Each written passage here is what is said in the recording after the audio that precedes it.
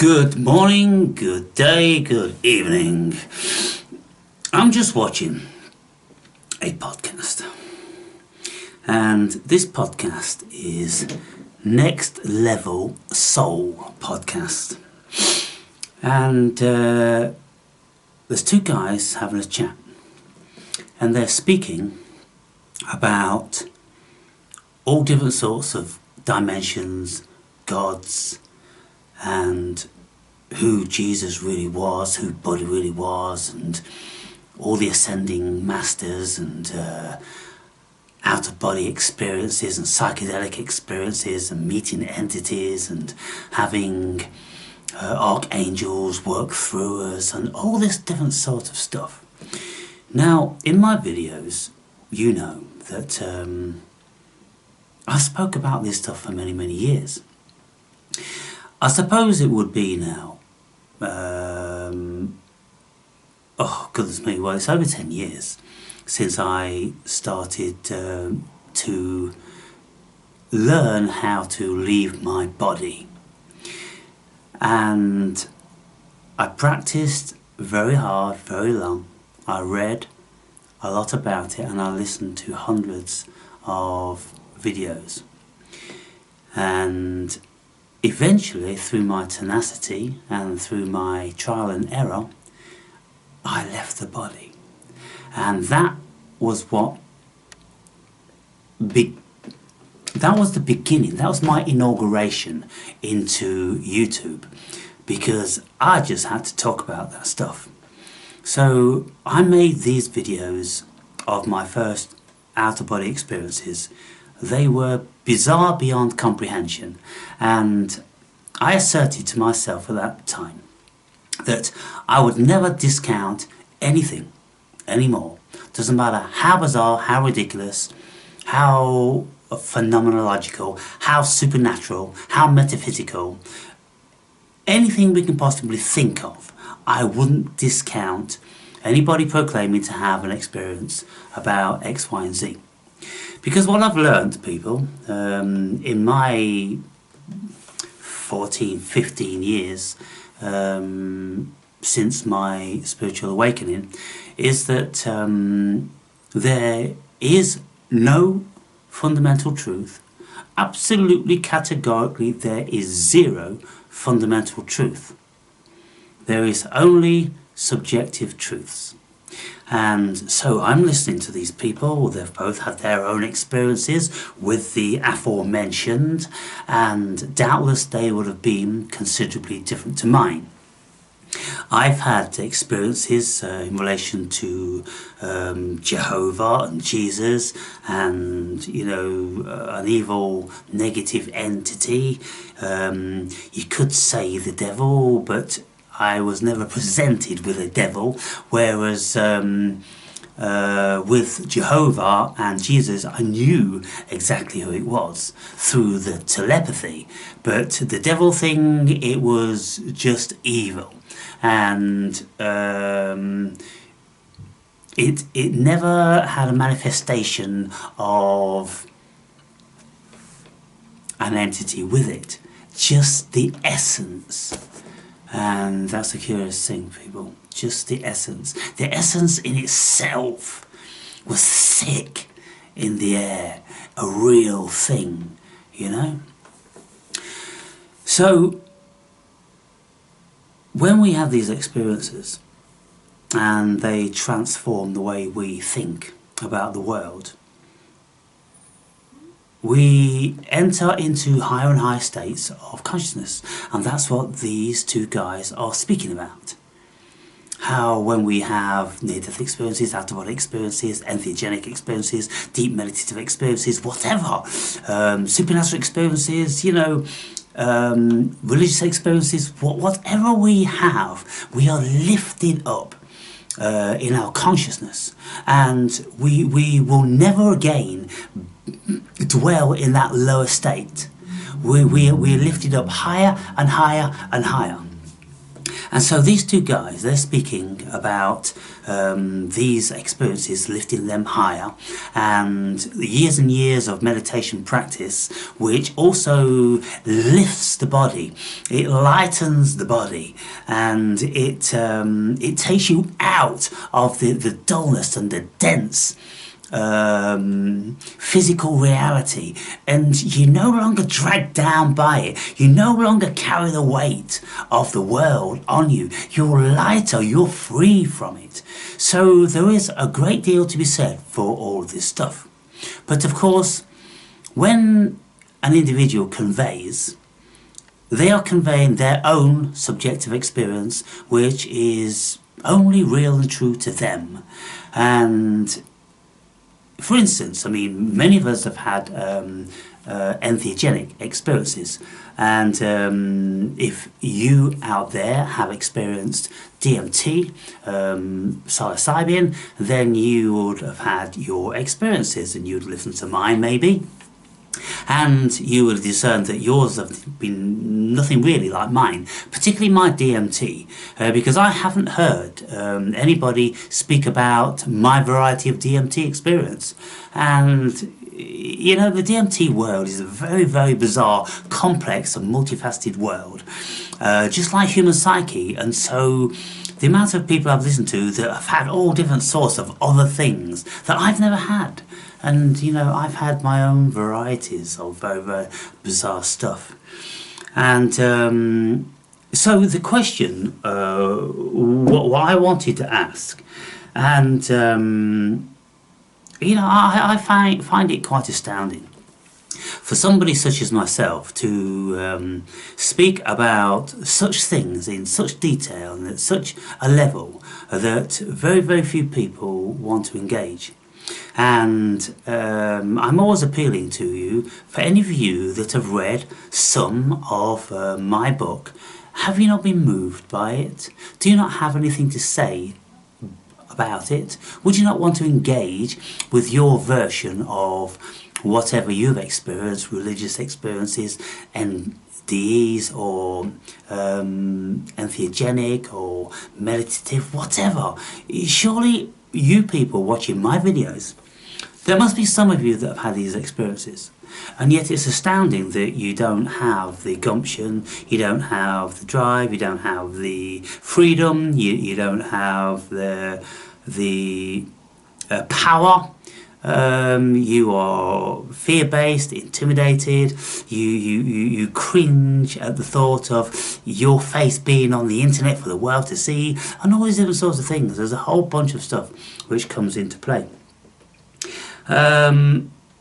So here, I wrote down who wants to come and talk about the content of my book.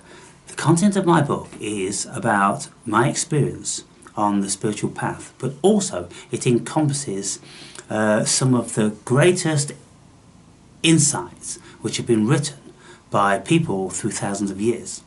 They are exceedingly important these days that we have an awareness about them. Otherwise, we really can't grow. We have to know what great people have said about certain things when their consciousness has expanded, when they have experienced the supernatural and many other interdimensional cosmological things, you know, to read about these. That's why I'm incessantly listening to people and their experiences. And albeit, you know, we'll never have the same experience, and so if you start, for instance, to pursue an out-of-body experience, then your experience will be, you know, probably very different to mine. Albeit there are certain characters that you will meet in the astral, and that's what probably terrifies most people, but they can't hurt you. They will just fuck with you a little bit, and if you're not a fear-based person, then you won't be affected by them. There are all different sorts of dark energy shadow creatures that come to extract your energy. You can feel the denseness of their sort of aura that they have. you have those shadow beings. You know, if you have learnt about leaving the body, then you will know something about what you can encounter. But you can encounter other humanoids, which are, you know, just like you and I, and they want to enjoy a relationship with you, usually sexually. I haven't had too many relationships or encounters with astral beings that didn't want to experience my sexual energy. So it is very bizarre but very exciting, and that happened in the period of my life, and then it just went away, and I tried, you know, 2 or 3 times throughout the years, quite seriously, to get back there again, but there was a prevention. Something was preventing me from doing that, and I don't know what that was. Maybe it's because I didn't need to go back there again. You know, once you've seen it and encountered it a little bit, I don't know what you can say about that. But there are different levels, lots of different levels, and so I would love to exit the body again and, you know, go to different dimensions and different cosmological arenas of different beings and all these sort of things. But anyway, you know, the next best thing is taking DMT. You can encounter those sorts of things on DMT. So the question is then, people, would you like to have an OBE? And if you would, then I can teach you all about how to do that in my book. Who wants to come and speak about what they have taken from reading my book, what spiritual experiences they have had, which, you know, pertain to the realm that I'm speaking about? Who wants to do that? Some of you listen to my conversations with Andre as he's working through the book and speaking or highlighting bits that mean something to him, that he can relate to and maybe wants to delve a little bit deeper. So that's what we're doing in these conversations. But they're not that popular because, and it's like if I advertise my book or if I present my book to you, it's kind of trying to sell his book again. You know, can't you open your mind and say that, look, what we're all doing on YouTube, people, is promoting knowledge and experience. That's what every single person on YouTube is doing. And every single media company and every single pundit, everybody that's got a channel on YouTube, that is exactly what they're doing. They are promoting something, themselves or their wares or whatever it is. That is business, people. It's a business market. So for fuck's sake, get over it. And those of you that watch my videos but just don't, you couldn't see yourself reading the book, I'd seriously look at yourself. I would seriously look at yourself. Look around your room and see, do you actually have books on your shelves? Do you actually have bookshelves? If you don't, well, there's something missing, people. There really is something missing, because within books there are different cosmoses. There are different mind states. There are different worlds. There's a whole bunch of stuff that we can extract. We can go and visit and play within in books. You don't get it on YouTube, people. On YouTube, it's just like the surface of a pond.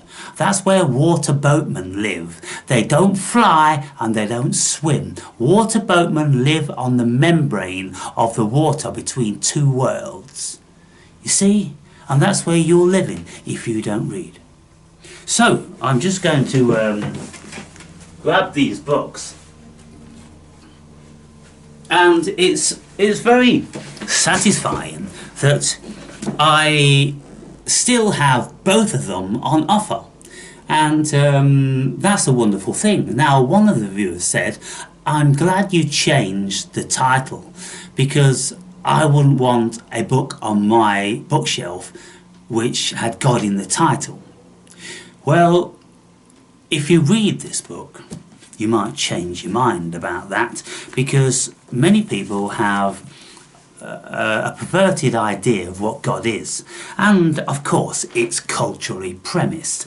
If you are born in Asia, then you'd be born into those varieties of gods. If you're born in the Middle East, you'd be born into that variety of God. If you're born in the Western world, then you'd be born into that variety of God.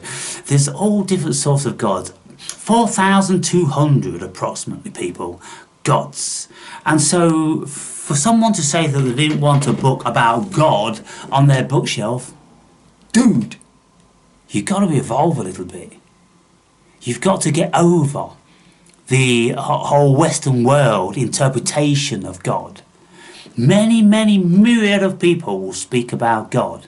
There is something here. There's a great deal here. What we've got going on here is absolutely astronomical. And it is so vast that it is just vastly beyond billions and billions and billions and billions of human beings that have ever lived. It is vastly beyond them. So we should start to get our heads around the magnitude of what we're dealing with. And for anybody to reject something higher, something more intelligent, some living being, entity, whatever it is, then you're basically dismissing yourself, because you're a part of it. We're all a part of it. And silly billies like Richard Dawkins, who absolutely he would cut off every single one of his limbs. He would skin himself alive before he ever wanted to accept that there was anything that could be considered a spirit in this dimension. How ridiculous and absurd is that? This man is held in very high regard. Also people like Christopher Hitchens, you know, another ardent atheist. I don't know how anybody could be an atheist, save for them being absolutely ignorant, absolutely stupid, to be fair, because, well, you've evidently not had any experience at all about life, which has told you that there's something else. You evidently don't have intuition. Intuitions would tell you in an instant that you are part of something massive, and it's all spiritual. It's all highly intelligent and existent in its own way. And if you take DMT, people, fucking hell, what can I say? If you take DMT, you will never doubt anything. If you have an out-of-body experience, you will never doubt anything. There are experiences that people need to have before they wake up. And so I'm assuming that 99% of you are still fast asleep. You find my discourses marginally interesting, but you don't engage in any of the profundity about any of them. You're just tuning in for entertainment, just like you would tune into entertainment, and you just listen. On a surface level, nothing penetrates. You know, and how many times have I asked you, are things penetrating? Are you really feeling it? Are you really embodying the words that I say? Because words are things, people. And I'm speaking about depths of dimensions that evidently you've never experienced. And so it's my prerogative to speak down to you, because you never give me any reason as to why I wouldn't do that. And from time to time there's one or two of you that put a little bit down, that say you have a little bit of this, a bit of that, and then you disappear again. And so, you know, I just wonder where these people are that actually converse about this stuff, that have a whole body of information and experience, and they're obviously intelligent, and you know, they're not shrinking violets. That isn't my audience, is it? Why have I attracted the dead? What is it with you people? Why are you so dead? Just going about all day world. And then you listen to a bit of what I'm saying, but it's just, it just doesn't penetrate your blockheads, does it? It doesn't. It can't. It seriously can't. Because if it did, you'd feel it, you'd be passionate about it, and you'd want to speak about it. And that is a fact, ladies and gentlemen. So, whether you have some sort of relationship or affinity to a god, both of these titles, people, mean exactly the same thing. Closer to God and a journey to the self. They're the same thing. And if you can ever get your heads around why they are the same thing, then you might grow some balls and come and tell me about it.